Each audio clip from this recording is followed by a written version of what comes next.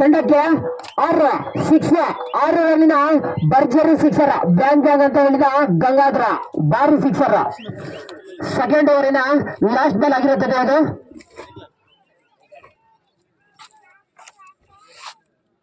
ಬಾಗೇಪಲ್ಲಿ ತಾಲೂಕಿನ ಜೂಲಾಪಾಳ್ಯ ಗ್ರಾಮದಲ್ಲಿ ಹಿರಿಯ ಕ್ರಿಕೆಟ್ ಪ್ಲೇಯರ್ ಜನಾರ್ದನ್ ಜಾನಿ ಅವರ ಸವಿನೆನಪಿಗಾಗಿ cricket tournament Jhansi cricket club Julapalya ವತಿಯಿಂದ ಟೂರ್ನಮೆಂಟ್ ನಡೆಯಿತು.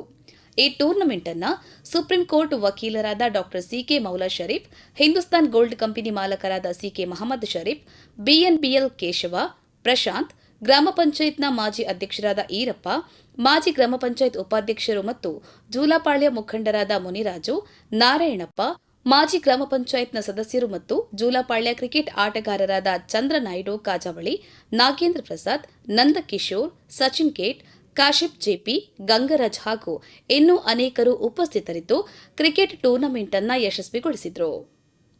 ದಾಸರಿ ನರಸಿಂಹಮೂರ್ತಿ, ಬಾಗೇಪಲ್ಲಿ. ಜೈ ಭೀಮ್ ನ್ಯೂಸ್ 24x7 ಇದು ಬಹುಜನರ ನ್ಯಾಯಕ್ಕಾಗಿ. ಒಂದೇ ಭಾರತಂ ಒಂದೇ ಆತ್ಮಂ. बोलो भारत माता के, बोलो भारत माता के, ಒಂದೇ ಒಂದೇ. ದೇಶದಲ್ಲಿ ಇವತ್ತು ಕ್ರಿಕೆಟ್ ಹುಚ್ಚು ಬಹಳ ಜಾಸ್ತಿ ಇದೆ.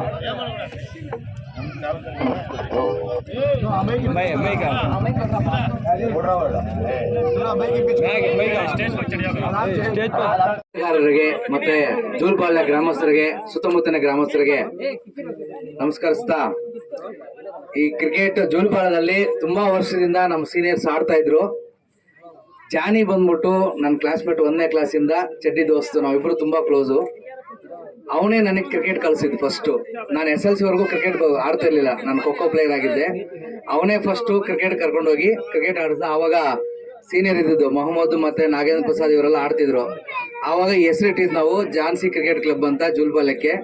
ತುಂಬಾ ವರ್ಷ, 3 ವರ್ಷ ನಾನು ಕ್ಯಾಪ್ಟನ್ ಆಗಿ ಇಲ್ಲಿ ಸುಮಾರು ಟೂರ್ನಮೆಂಟ್ ಎಲ್ಲ ಮಾಡಿಸಿದ್ವಿ.